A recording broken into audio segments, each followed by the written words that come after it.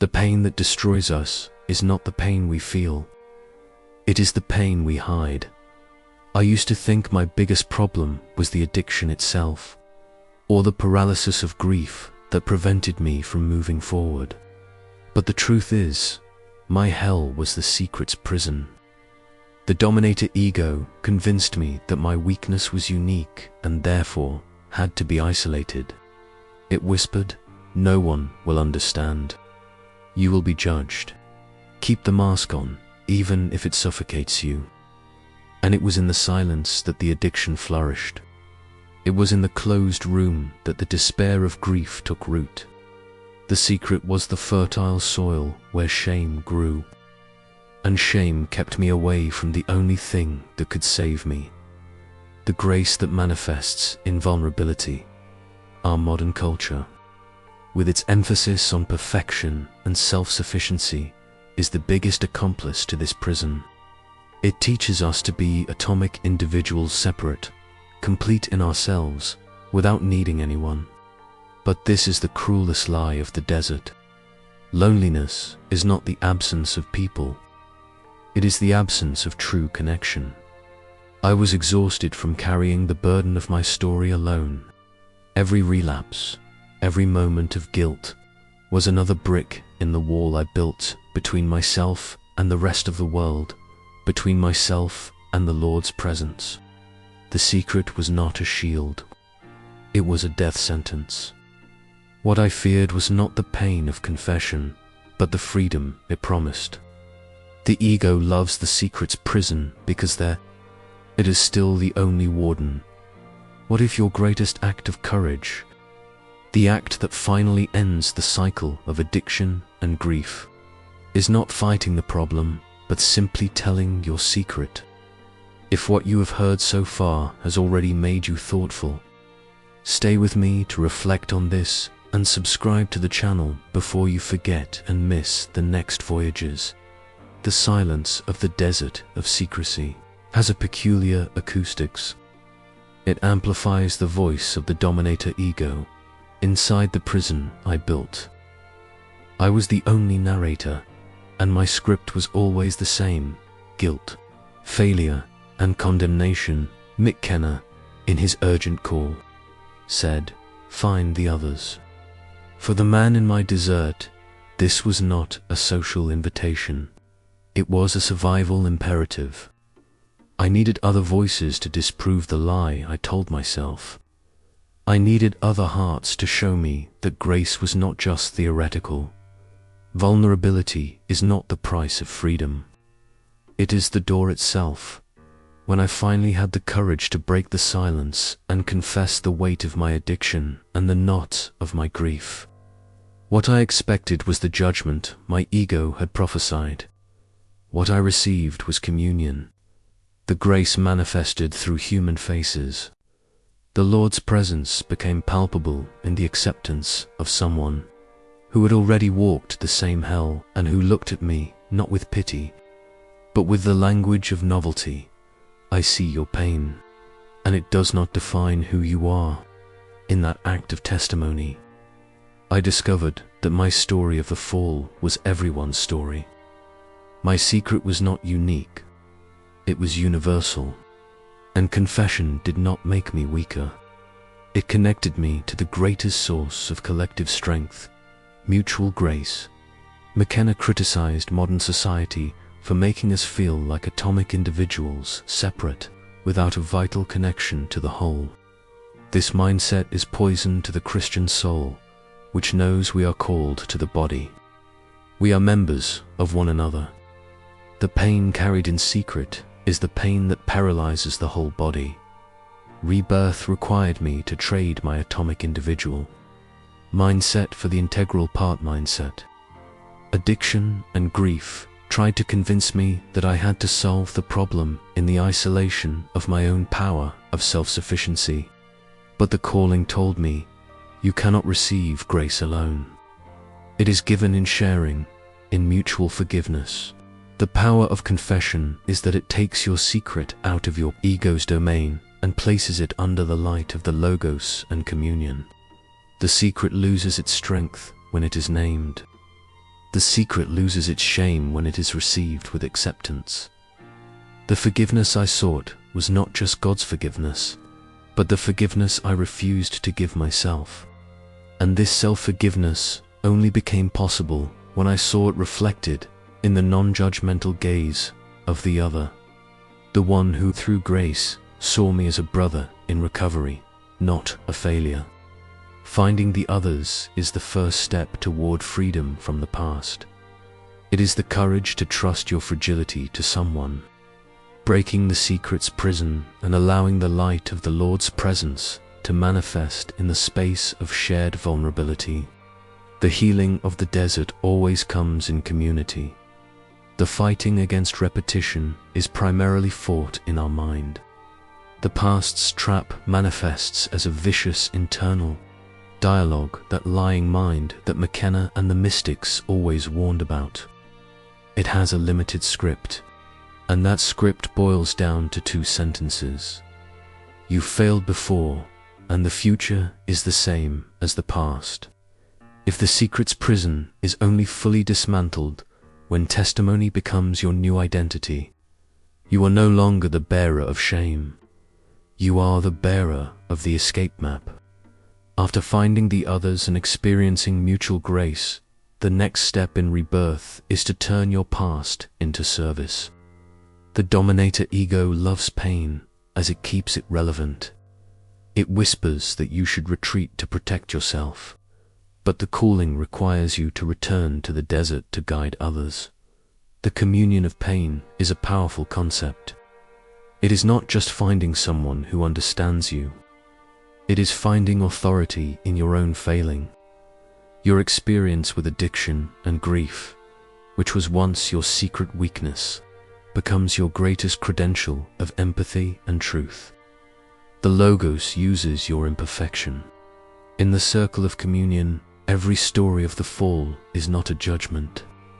It is a warning light and, simultaneously, a beacon of hope. My testimony was living proof to the next person that the past's trap could be broken. I found that the best way to silence the lying mind was to speak the truth to another person. When the addicted, repetitive thought came the temptation of isolation, the denial of grief, the pull towards secrecy, the new ethos kicked in. I no longer fought the thought alone, the failed tactic from script number 1. I brought it into the light of communion. Addiction dies when it is exposed. Barren grief moves forward when it is shared. McKenna, in discussing the technology of consciousness, argued that the great evolutionary leap came with the ability to share information efficiently. In our context, testimony is that spiritual technology. It catalyzes rebirth in cascade. You heal by healing. You free yourself by freeing others. The Dominator Ego dreads this mutuality. It wants the power of grace to be an individual, controlled experience. But the Lord's presence insists that healing is a community event. You only become truly strong when you accept being sustained by the arms of others. This authority of testimony gives you a new place in the world. You stop being the outcast and become the wounded healer. Your past is not a burden. It is your curriculum. This is the most radical novelty, using your fall as the foundation for your redemption and the redemption of those who hear you. The true liberation from the vicious cycle is not the absence of temptation. It is the unwavering courage to use the temptation as an opportunity to witness the Lord's presence that is sustaining you now. At the exact moment you are about to fall, you manage to break the initial silence. But there is a subtle temptation that arises on the path of communion, the desire to mask the truth. The Dominator Ego lost the battle of confession, but tries to win the war of narrative control. It whispers, yes, confess, but confess only the small part, the one that is socially acceptable. This is where the true spiritual cost of lying and secrecy is revealed. The secret is not just what you hide. It is the area of your life where you still try to be your own. God, it is the portion you refuse to surrender to the logos. Grace is total. It is not divided into installments. When you retain a part of your suffering or your fall in silence, you are, in practice, creating a barrier to the totality of the Lord's presence. Addiction and grief thrive on ambiguity. Redemption demands radical clarity. The past's trap is activated by repetition. The subtle lie that kept secret is the repetition of the original isolation pattern. You left the secret's prison of action, but entered the prison of the secret of intention or denial. The Logos, the divine word, the truth can only operate in transparency. When you lie or omit, you are, essentially, creating a parallel reality where your word, the lie, carries more weight than the word, the Logos. This is exhausting. The cost is felt in your daily spirituality. Prayer becomes superficial, reading the word becomes academic, and communion with the others becomes performative. You are always acting, never being. The courage of novelty at this stage demands radical confession. It is not just about what you did, but about who you are in your rawest struggle. This is not masochism. It is the recognition that your self-sufficiency is actually your greatest weakness. Rebirth is only complete when there are no more private areas where shame can hide. The secret, even the most subtle, is an open invitation to relapse and stagnation in the desert. Grace is available for imperfection, but not for control disguised as humility. You have to surrender the entire burden, not just the lighter handle. If you manage to surrender the burden and accept radical confession, the novelty that emerges is not perfection, but the celebration of imperfection. Redemption was never about living without failures. If it were, grace would be dispensable. Redemption is about living beyond the condemnation of failures, transforming the fall into a point of contact. The new pattern of strength, the new ethos is this: your weakness, once confessed and placed in communion, becomes your point of greatest authority and presence. The calling of God is not for those who do not fall. It is for those who, upon falling, turn immediately to the body and use their pain as a megaphone for hope. Your scar is proof that the Logos has healing power, and that proof is what attracts the others who are still in the secret's prison. When you celebrate your imperfection, you are, in fact, celebrating the sufficiency of grace. You are not glorying in the failure, but in the reality that your identity is no longer tied to your performance. This takes all power of judgment from the lying mind and the dominator ego. Novelty in daily life manifests in the freedom of no longer worrying about the mask. The man in the desert is now a surface manwort. He is inside, he is outside. This radical transparency is what protects against the past's trap. No more energy is spent maintaining the secret. All your energy is channeled into service and communion. By finding the others and maintaining vulnerability, you are living the antidote to the culture of isolation that McKenna so criticized. You are proving that life is not an individual project, but a communal score where your voice, even if slightly off-key, is essential to the harmony of the body. The solitary burden was replaced by the light burden of mutuality. Your dark redemption journey becomes the unbroken story that grace always has the final word. No matter how many times the fall was repeated, you are free to be imperfect, and that is your greatest victory. The power of the past's trap lies in its inertia. It is the force that tries to convince us that grace is not real. that rebirth is a mirage, and that the calling is just your own voice. But I discovered the plot twist of all the suffering of repetition. The addiction or grief loop only breaks when you stop fighting the symptom and start fighting the belief in repetition. You are not destined to live the same fall. The Logos is creative. God is novelty. And that novelty is waiting for your final act of courage.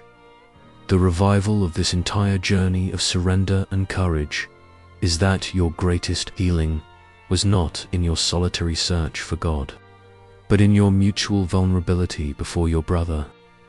The Lord's presence is always with us, yes, but it becomes tangible, visible, and transformative in the safe space of communion, where the secret is named and thus stripped of its power.